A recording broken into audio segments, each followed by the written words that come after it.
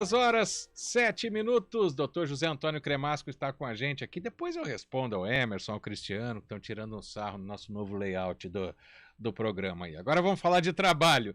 Dr. José Antônio Cremasco, muito boa tarde, seja bem-vindo. Todas as quartas-feiras está aqui com a gente. Semana passada já fez uma pré-estreia nesse horário e agora, durante todo o horário eleitoral, estará com a gente nesse período, logo depois das 3 da tarde. Seja bem-vindo. Muito obrigado. Bom, então vamos começar. Na semana passada, o nosso ouvinte, o Gerson, ele estava falando sobre os direitos dos motoboys, né? Ele ainda fez uma pergunta que quem faz bico, se tinha algum direito, o senhor já respondeu que bico, até por esse nome, não tem vínculo com ninguém, então não tem direito, né? Se não pagar uma previdência privada, não aposenta, né? Esse que é o perigo, né? Porque quando jovem, e motoboy geralmente é uma atividade de jovens, né? A nossa cultura acaba nos ensinando, eu não vou precisar disso, imagine me aposentar com 65 anos, eu tenho 25, eu não vou precisar disso. É aí que mora o perigo, né?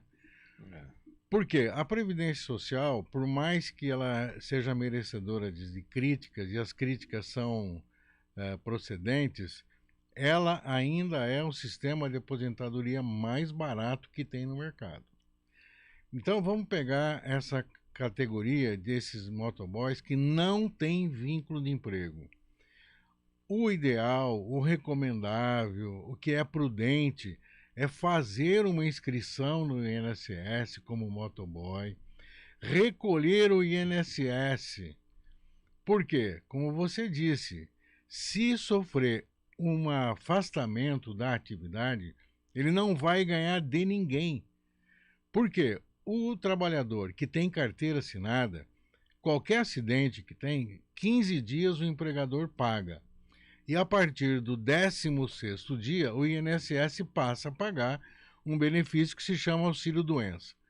Ao contrário, aquele que não tem a cobertura do INSS, que não tem o vínculo de emprego, ele não recebe nem os primeiros 15 dias, não tem de quem receber. Então, se sofrer um acidente, não precisa ser grave, caiu da moto, quebrou a perna.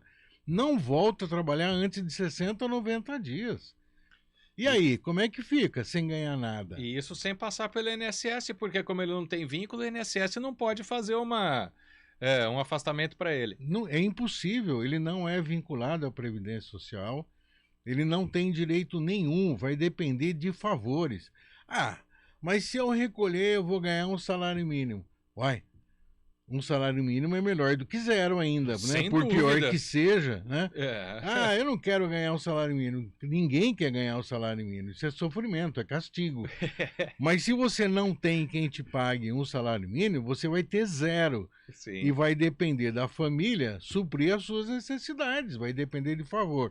Então, a insistência, a pedagogia, né, mostra que paga o INSS, faz a inscrição, aí você tem a cobertura para sua família, para os teus filhos, quer dizer, então é de extrema importância manter-se inscrito no INSS. E, doutor Cremasco, qualquer informal se encaixa nessa situação? Pode entrar no INSS? Sei lá, quem tem uma banca aqui, não uma banca de revistas, quem vende um sanduíche aqui no centro da cidade, qualquer pessoa que não tem um vínculo empregatício, que não é um MEI registrado, ela é tido como trabalho informal. Isso. Faz um pagamento para o INSS? Você falou a palavra-chave, que é o trabalho na informalidade. Ou trabalho de bico. Hoje eu estou com a placa de vendo ouro, amanhã eu estou vendendo picolé na praça. É desses que eu tô falando, não dos permissionários que tem as barraquinhas de lanche aqui, aqui da prefeitura, né? Desses mesmo. Compre e vendo ouro talvez seja o exemplo, acho que mais didático que o senhor pode passar. Pois é, então o desempregado, né? Momentaneamente está desempregado. Mas eu vou arrumar emprego logo. Tá bom, mas e se passar de um ano? Você perde a qualidade de segurado. Então, fica desempregado, recolhe, porque quando você tiver 65 anos de idade, vai fazer um mês faz falta. Então, o desempregado, a dona de casa pode recolher, porque antigamente não podia. Agora a dona de casa pode ter o carnezinho, né? Quando ela paga 15 anos e tendo mais de 60, a mulher e o homem 65, a mulher 62, o homem 65, pagando 15 anos, já está credenciado a receber a aposentadoria por idade. Ah, mas é só um salário mínimo? Sim, mas vai procurar na Previdência particular, na Previdência privada, quanto custa para você ganhar um salário mínimo. E vai procurar emprego com essa idade, para tentar ganhar mais que um salário mínimo. Uma pessoa de 50 anos de idade pode começar a contribuir agora, paga 15 anos e vai receber. Agora, tenta ver num banco com 50 anos de idade, para se aposentar em 15, quanto vai custar? Nossa, isso a gente vê, né? Preço de plano de saúde para idoso, os juros de bancos, né? Tudo isso parece que a pessoa, quanto mais idade vai tendo, mais castigada vai sendo. Muito mais castigada. Primeiro, ela está afastada do mercado de trabalho, né? Porque não gostam de dar emprego para idosos. Segundo, o valor da aposentadoria, os mais antigos vão se lembrar. Tinha um papelzinho pequenininho, escrito assim: seu benefício equivale a tantos salários mínimos. Quem guardou esse papel vive no maior sofrimento, porque ele olha naquele papelzinho, está escrito 4 salários mínimos. Hoje seria 4.800, 5 mil reais. Só que ele está ganhando 2 mil reais. Então, não foi mantida a equivalência do benefício em salários mínimos. E vai achatando, vai achatando, vai achatando. Então, não tem mercado de trabalho. O plano de saúde é muito mais caro e quando te aceitam... Quando aceitam. Se você faz um seguro e tiver inclusive o INSS, se você tiver uma doença pré-existente, eles não te dão o benefício. Nossa. Então, você vai somando todos os prejuízos dos idosos. Realmente a palavra certa é essa. Ter idade no Brasil é merecedor de castigo.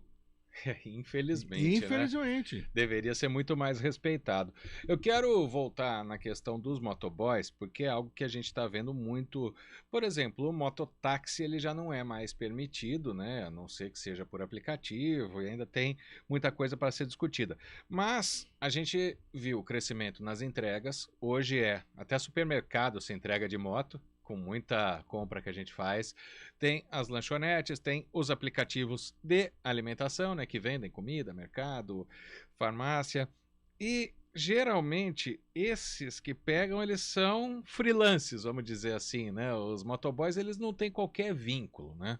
Pode até ter, né? Se ele é exclusivo de uma rede, aí sim, né? Ele pode até pleitear esse vínculo.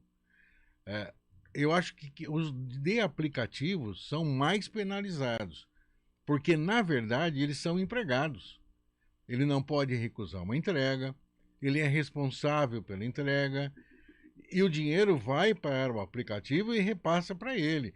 E ele é avaliado a cada entrega. Sim. Então, o aplicativo que ainda não pegou no Brasil, mas eu imagino que haverá de consolidar o direito de anotação em carteira, ou de vínculo de emprego, por essa relação. Na Espanha, por exemplo, já é empregado. Trabalhador de aplicativo, na Espanha, é trabalhador com vínculo de emprego.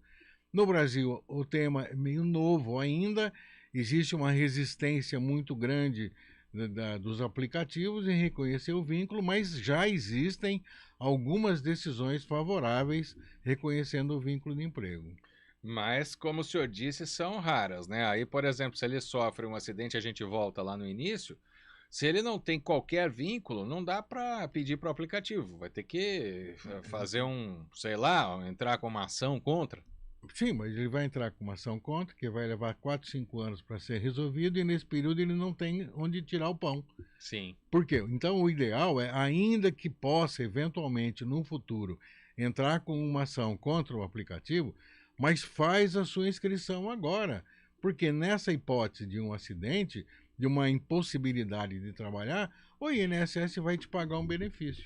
Agora tem uma última pergunta, essa é muito polêmica, doutor Cremasco, porque a gente está falando de uma categoria, né, que isso veio da pergunta do Gerson na semana passada, a gente está falando de uma categoria que a gente vê, por exemplo, furando semáforo, né, não respeitando muitas regras, às vezes entra contramão, passa no meio de pedestre.